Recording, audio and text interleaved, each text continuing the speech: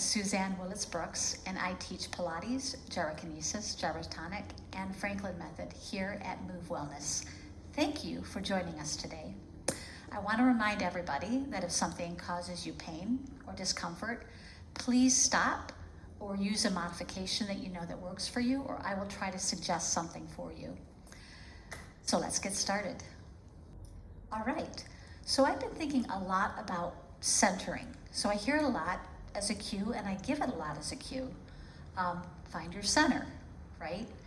So I've been thinking about how I interpret that and how people might interpret that. And like if I asked you to find your home, you'd probably tell me the street it's located on, its address, and you would know it would never move, right? Your house is gonna stay right where it's at. But in our body, our center is going to change because we're standing, we're sitting, we're lying down, we're walking, and we're moving. So how do I find my moving center is really kind of my thought for today. How do we find a moving center? So a couple things I think about are, am I breathing? So let's do that. Let's take a deep breath in.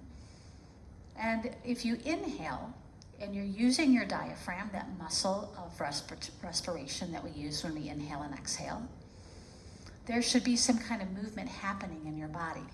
So putting your hands on your abdominals, if you take a deep breath in through your nose, you're gonna almost feel like your body rocks a little bit, maybe forward and back, maybe side to side. So if I'm breathing, I'm moving. If I'm not breathing, I'm not moving. So that's a really good way to know if you are in your center, is if you're breathing. The other thing that you might want to feel with that is if you are moving, it's your body's way of making sure that not one single part of you has to be working all the time, which is really super smart, so we don't end up wearing our body parts out. So we can use our bodies efficiently for the rest of our lives. So breathing and moving are really important in finding our center. Another thing I think about is if I'm breathing and moving, then pretty much moving in the functionality of my body, my center of gravity will start to lower a little bit. So why this happens is because I'm stimulating something called our vagus nerve, which lowers your center of gravity because you're in your parasympathetic nervous system, which means we're not in our flight or fight system, right? So the more I breathe, the more centered both emotionally and physically I become because I'm stimulating my vagus nerve. And this breathing allows my body to have some function, which literally releases tension as I breathe and move, correct? So breathing, moving, very important, lowering your center of gravity. Another thing I think about is my body functions best when everything is closer to its center. So what is my center in my body? My spine. So my spine is pretty much the center of my body.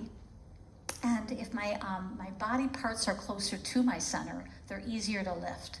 So if I lift my arm from out here, it's a little harder, but if I bring my arm in, it's a little easier.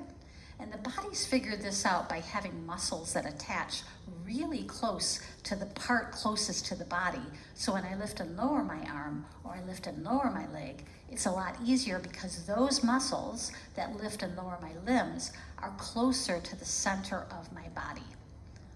So everything that's closer to the center of my body, to my spine, to my center, it makes it easier to lift, lowers my center of gravity, helps my breathing. All of these things create a better center for you. So let's look at a couple movement ideas that might help you find your center. So if you were a little kid, you'd already been shifting, right? So if I kind of shift my weight from side to side, I'm already going, here's off center, maybe center somewhere in the middle.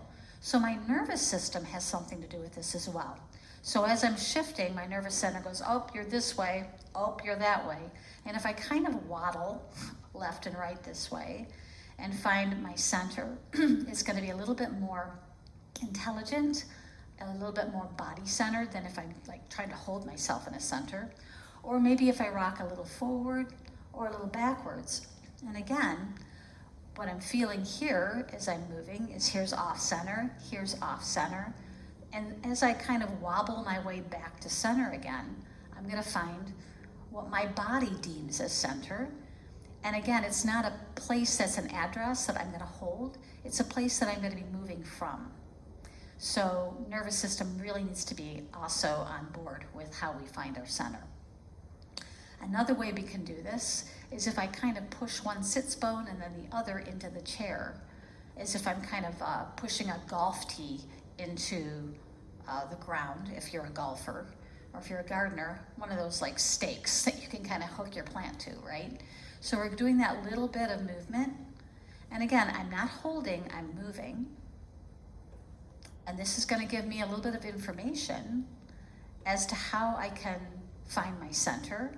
And then when I come back to center, you'll notice you're gonna breathe better, you're gonna feel more comfortable sitting, you're gonna have your center of gravity much lower.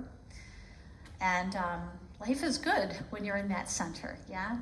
So one thing I want you to try before we end this idea of centering is I want you to notice what happens when you tense your body. So as little as something is staring hard at maybe your computer or your cell phone, or like, you know, you're drawing or writing. So I want you to really stare hard at something, and I want you to notice how you stop moving and you stop breathing just by your eyeballs being